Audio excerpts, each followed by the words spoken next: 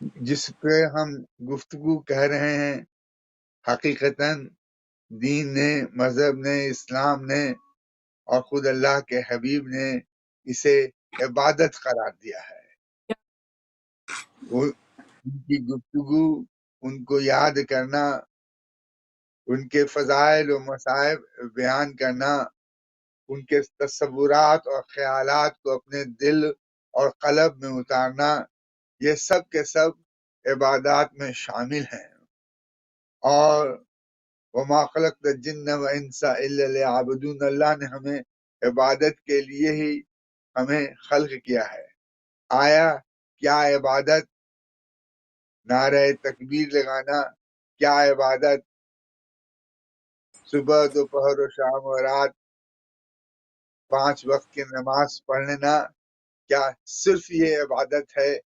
تو ہمیں اللہ کے حبیب کے حدیث میں ملیں گے کہ نہیں، عبادت کسی صرف ایک چیز کو نہیں کہتے ہیں، یہ ایک پورا طریقہ نظام شریعت ہے، اور اسے پورے مکمل طریقے سے اس شریعت کو بجا لانا مکمل طور سے، تب جا کر وہ عبادت ہوتی ہے۔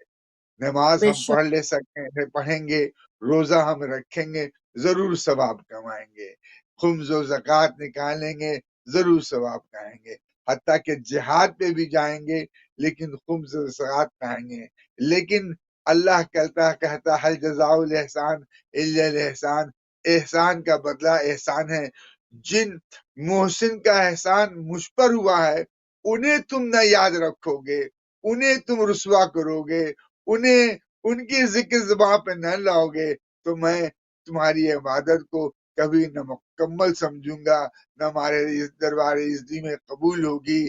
اس لیے بڑے انتظار کے بعد میں نے اپنے حبیب کو تمہارے درمیان بھیجا تھا، بہت انتظام کے بعد، ہزاروں سال گزرنے کے بعد یکے بعد دیگرے انبیاء آتے رہے، اولیاء آتے رہے، پیغمبر آتے رہے، سب آتے رہے، تب جا کے میں نے اپنے حبیب کو تمہارے درمیان بھیجا۔ اور یوں ہی نہیں بھیجا، بلکہ ایک اپنی کتاب، اپنی شریعت، اور وہ دین جو سب سے پیارا مجھے ہے، وہ دین وہ بھیجا۔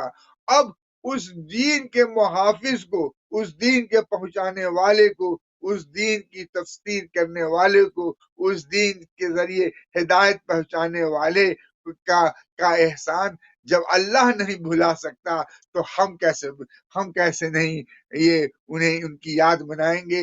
افسوس مجھے ان لوگوں پہ ہوتا ہے جو کہتے ہیں کہ یہ ہر سال ان کی پیدائش اور ہر سال ان کی شہادت کی تاریخیں آخر کیوں مناتے ہیں، جبکہ اتنے ہزاروں سال کے وقت کے دن گزر گئے۔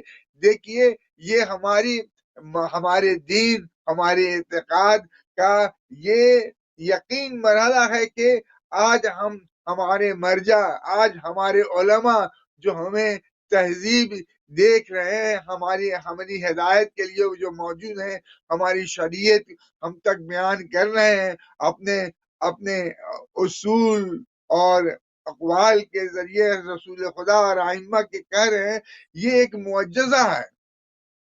میں پچھلی دفعہ آپ سے گفتگو ہو رہی تھی تو بات ہو رہی تھی کہ یہ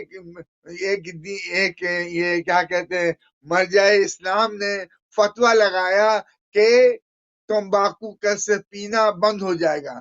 آج ہم ہر مجالس میں یہی سنتے ہیں کہ دیکھیے یہ مرجعیت کا، یہ تقلید کا کتنا اہم ستون ہے۔ مجھے اس پر ذرا بھی فکر نہیں ہوئی کہ انہوں نے کہا تو کیوں کہا۔ مجھے اس بات پر غور میں کرنے پر لگ گیا، میں اس بات پہ غور کرنے لگا کہ 1400 سال لگے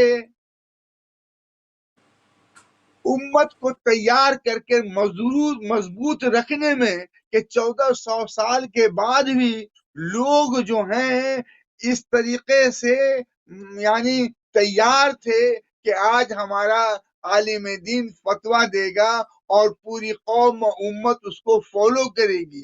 یہ لوگوں کا تیار رہنا ایک ایسا میری نظر میں ایک کرامات و معجزہ ہے.